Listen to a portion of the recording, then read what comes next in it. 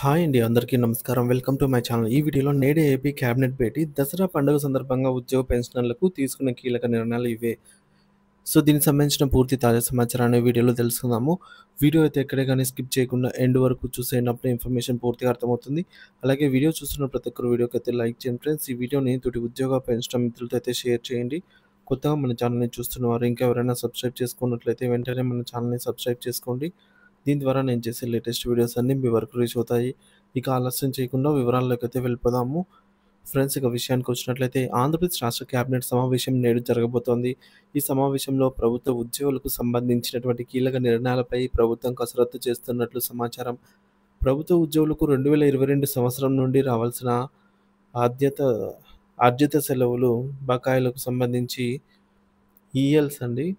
ELs 11వ PRC బకాయిలు 12వ PRC commission నియమించడం, పెండింగ్‌లో ఉన్నటువంటి 10.92% డీఏ చెల్లింపులకు సంబంధించి ముఖ్యమైన అంశాలు చర్చకు రానున్నాయన్నమాట.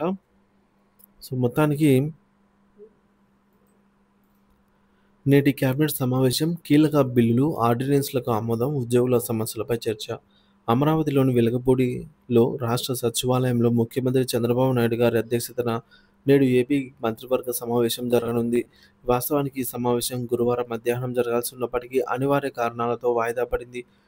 ఈ నేపథ్యంలో శుక్రవారం అంటే నేడు వెలగపూడిలోని సచివాలయంలో మధ్యాహ్నం 2 గంటలకు మంత్రివర్గ సమావేశం నిర్వహించాలనైతే నిర్ణయించారు. ఈ అసెంబ్లీ సమావేశాల్లోనే ప్రభుత్వం పలు బిల్లులను, ఆర్డినెన్స్‌లను రూపంలో ప్రవేశపెట్టి ఆమోదించేయాలని చెప్పేసి యోచిస్తోంది. ప్రభుత్వ ఉద్యోగులకు సంబంధించిన అంశాలు మేనిఫెస్టోలో ప్రకటించినప్పటికీ ఇప్పటివరకు నెరవేరలేదు. కాబట్టి ఈ కేబినెట్ సమావేశంలో భాగంగా రానున్న దసరా పండుగ నేపథ్యంలో ఉద్యోగులకు కనీసం ఒక శుభవార్త అయినా ప్రకటించే అవకాశాలు స్పష్టంగా కనిపిస్తున్నాయి.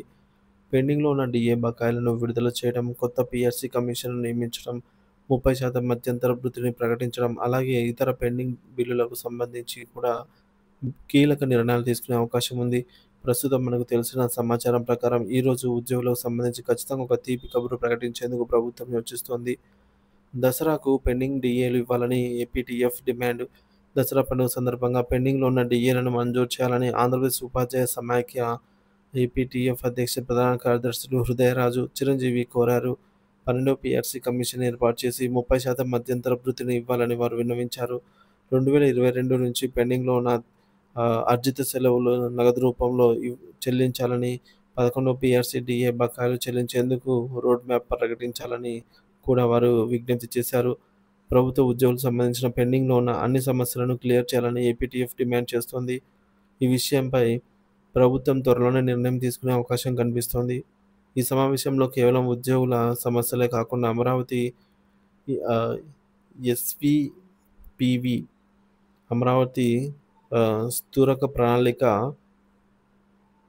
అమరావతి సుస్థిర ప్రణాళిక అభివృద్ధి ప్రాధికార సంస్థ సహా పలు ఇతర బిల్లులు, ఆర్డినెన్స్‌లకు కూడా ఆమోదం లభించే అవకాశం ఉంది. రాష్ట్ర ఆర్థిక పరిస్థితి, వివిధ అభివృద్ధి ప్రాజెక్టుల పురోగతిపై ఈ సమావేశంలో చర్చ జరిగే అవకాశం ఉంది. దసరా పండుగకు ముందు ఉద్యోగులకు శుభవార్త అందుతుందా లేదా అనేది ఈ కేబినెట్ సమావేశం తర్వాత స్పష్టమవుతుంది.